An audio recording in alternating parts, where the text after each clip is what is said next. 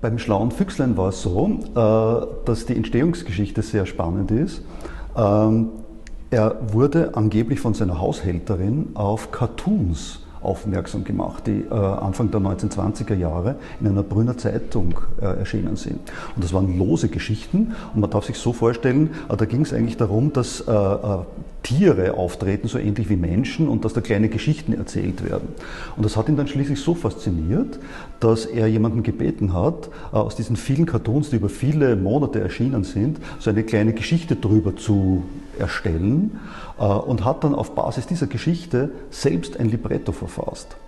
Und er hat es dann geschafft, in seinem Libretto, das er selbst gemacht hat, auch tatsächlich ganz gegensätzliche Dinge miteinander zu verbinden, also von Fabelwelt bis zu Volksstück ist da alles drinnen. Und es gibt da die Menschenwelt und die Tierwelt, und es gibt Parallelen zwischen beiden, und diese Parallelen überlappen sich und beeinflussen sich. Also es ist wirklich fantastisch, was er da schafft. Es ist wirklich so in etwa alles drinnen, was man sich von Musiktheater, Libretto eigentlich erwarten würde. Für mich ist es so, dass ich meine, dass Janáček mit dem Schlauen Füchslein etwas geschaffen hat. Das ist so in etwa die Quintessenz dessen, was diesen Komponisten so einzigartig macht und wofür ihn die ganze Welt auch schätzt.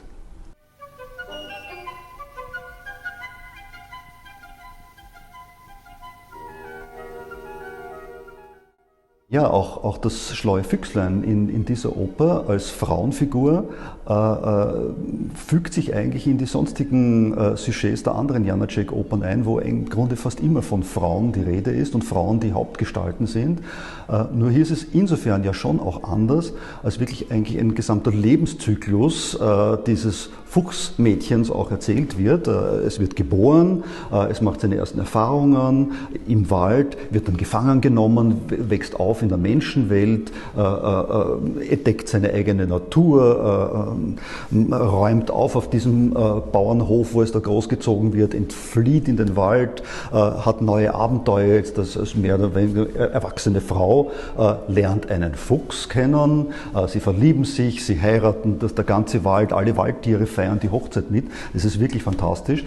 Und am Schluss sieht man auch, dass es bereits Nachwuchs gibt im Hause Fuchs. Und ja, es ist, wie gesagt, ein Stück, wo wirklich alles vorkommt, was man sich nur so vorstellen kann.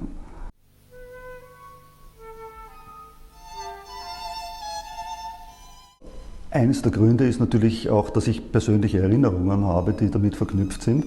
Aber es sind natürlich dieses fantastische, sehr einzigartige und eigentümliche Libretto, das dem Ganzen zugrunde liegt, und diese fantastische Musik Janáčeks, die in einem atemlosen Bogen über das Ganze geht. Insgesamt ist das eben etwas, was ganz fantastisch gepasst hat für mich auch.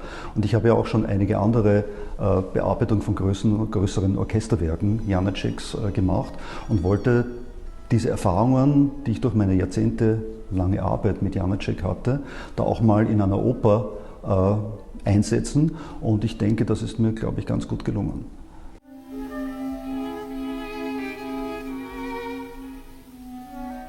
Im Falle dieser reduzierten Fassung ist es ja auch sehr gut zu sehen, wie ein so moderner Musikverlag wie die Universal-Edition es versteht, auf die Erfordernisse des modernen Musikbusiness zu reagieren, weil reduzierte Fassungen sind voll im Trend.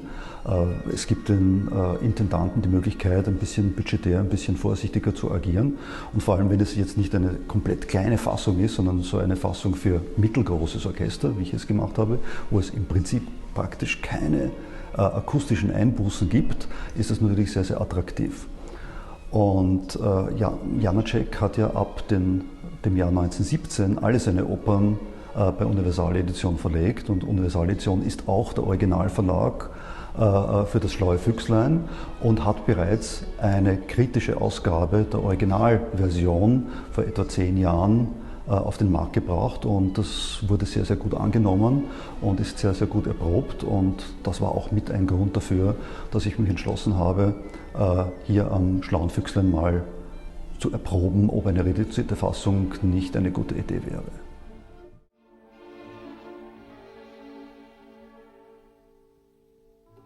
Im Fall der Instrumentation sieht man sehr deutlich auch im Lauf des Lebens Janáčeks, wie er sich ein bisschen von den Konventionen löst auf der einen Seite, und auf der anderen Seite auch Erfahrungen sammelt.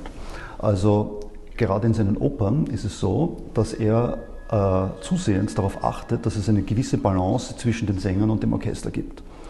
Und sehr häufig sind genau diese Gesangspassagen praktisch kammermusikalisch instrumentiert. Also auch hier müsste eine reduzierte Fassung eigentlich im Grunde fast gar nichts machen. Und das ist auch schon im Schlauen Füchslein sehr, sehr gut zu sehen.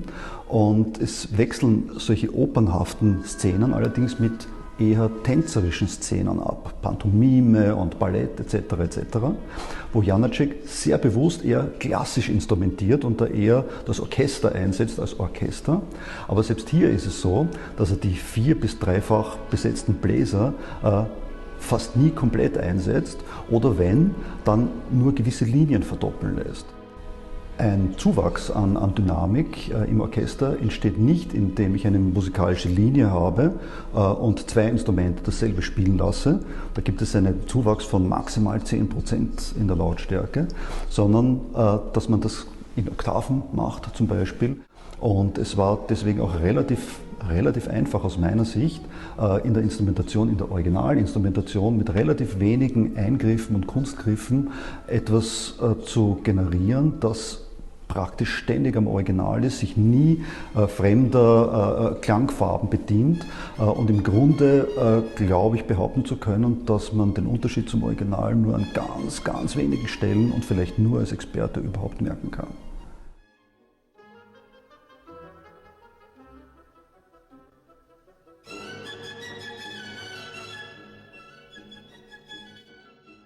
Ich verwende ja in meiner Bearbeitung keine extreme Reduktion und im Prinzip bleibe ich eigentlich in jeder Sekunde immer am Original und verwende auch keine anderen Klangfarben.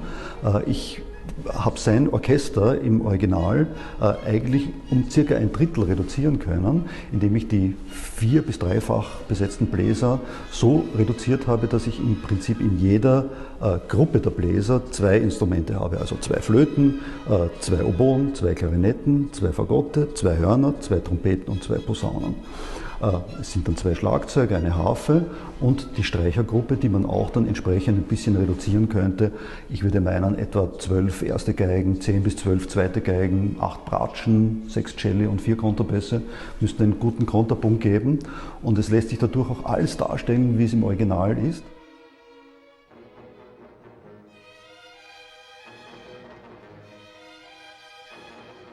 Ja, es ist im Grunde das Original, wo keine Note dazugekommen ist oder keine Note weggenommen wurde, wo nichts an Klangfarben verändert wurde, wo nichts verfälscht wurde, keine Oktavtranspositionen vorkommen oder was auch immer, sondern nur die Quintessenz dessen.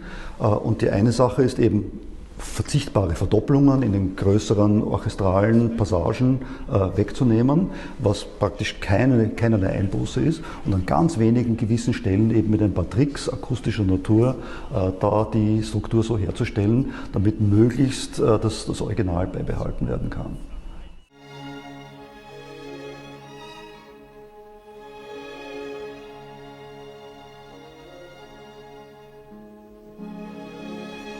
Ich war als Lektor der Universaledition schon in den 1990er Jahren für die Musik Janáčeks verantwortlich und war aus diesem Grund auch mit vielen Janáček-Experten damals in Kontakt, unter anderem auch mit Sir Charles Mackerras, weil er war ja schließlich derjenige, glaube ich zweifellos, der die Musik Janáčeks dann in der westlichen Welt so wirklich verankert und verbreitet hat.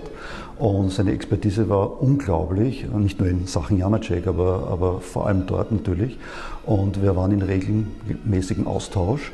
Und das Schlaue Füchslein war auch damals schon ein Thema zwischen uns beiden. Es herrschte absoluter Konsens zwischen uns beiden, dass diese Musik auch aus dem Grund so einzigartig ist, weil sie schier überbordet vor lauter musikalischen Themen, Einfällen, dass man den Eindruck hat, es gehen ihm die Ideen nie aus, diesem Komponisten. Und auf der anderen Seite gleichzeitig bedauert haben, dass es so wenig rein orchestrale Werke Janáčeks gibt. Daraus wurde zum Beispiel auch die Idee geboren, den ersten Akt aus dem Schlauen Füchslein konzertant aufzuführen.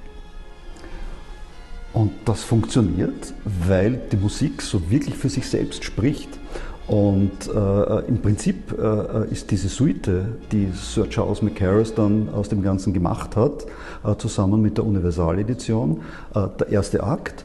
Und man spielt die Musik und lässt die Sänger weg. Und an ganz wenigen Stellen werden die Sänger durch irgendwelche Instrumente, die im Orchester gerade pausieren, ersetzt.